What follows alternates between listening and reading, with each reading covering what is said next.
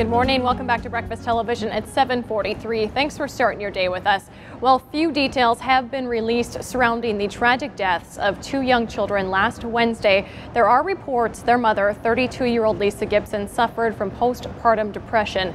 Police confirm Lisa's body was found in the Red River Saturday morning.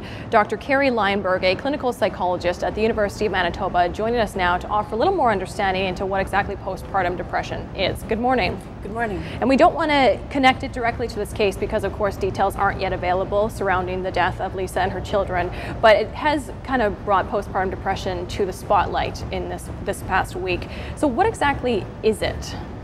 Well, I think it's important to realize that postpartum depression is different than the baby blues, which is so very common. Upwards of 75% of women will experience these baby blues during the first 2 weeks of the postpartum period. Basically, it's around the abrupt adjustment, recovering from labor and delivery, sleep deprivation, these types of things, and normally functioning kind of levels off within 2 weeks. Sometimes if problems persist, depressive symptoms emerge after those 2 weeks, we might be considering a postpartum depression coming on. And what exactly would that entail? What sorts of symptoms might you see?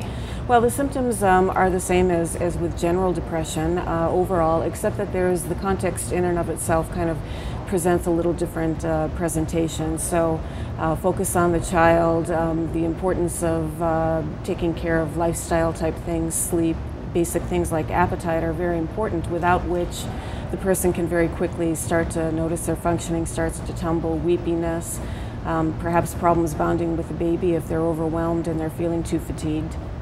Wow. So although we don't want to connect it to Lisa, if that were to be postpartum depression, that would be in a very, very extreme case.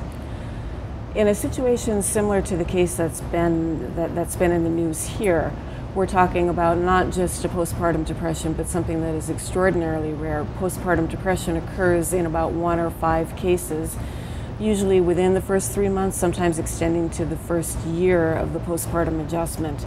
The type of situation that we're talking about with this particular case might involve more extreme features, perhaps psychosis, and that occurs in 1 to 2 per 1,000 births. Wow. More than that, most of the time children are not involved in this tragic circumstance.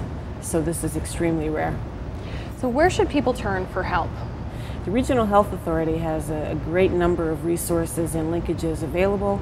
So going online, looking for that information in the immediate moment, calling health links, presenting to the emergency department, speaking to a public health nurse, your physician, a midwife, even your baby's doctor or pediatrician can also direct you to resources for help. And we want to just highlight quickly that it's not just women, that actually new research shows that men can be quite affected with a new child.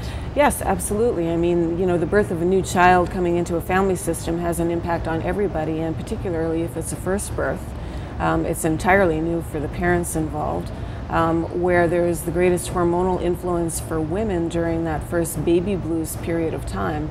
Many of the other factors that are so important in presentation for postpartum depression, sleep deprivation, extreme demands, extra stress, all of those adjustment issues can just as well affect the partner, the father in the family. So we're recognizing that upwards of 10% of fathers may experience a postpartum depression as well. Wow. Well, thank you so much for offering a little bit of insight here today. It's a very, very tragic situation that happened here in our city, but there is help available, and do turn to it when you need it. Thank you for the opportunity to help raise awareness. Thank you. We're taking a quick break here on BT. Stay with us.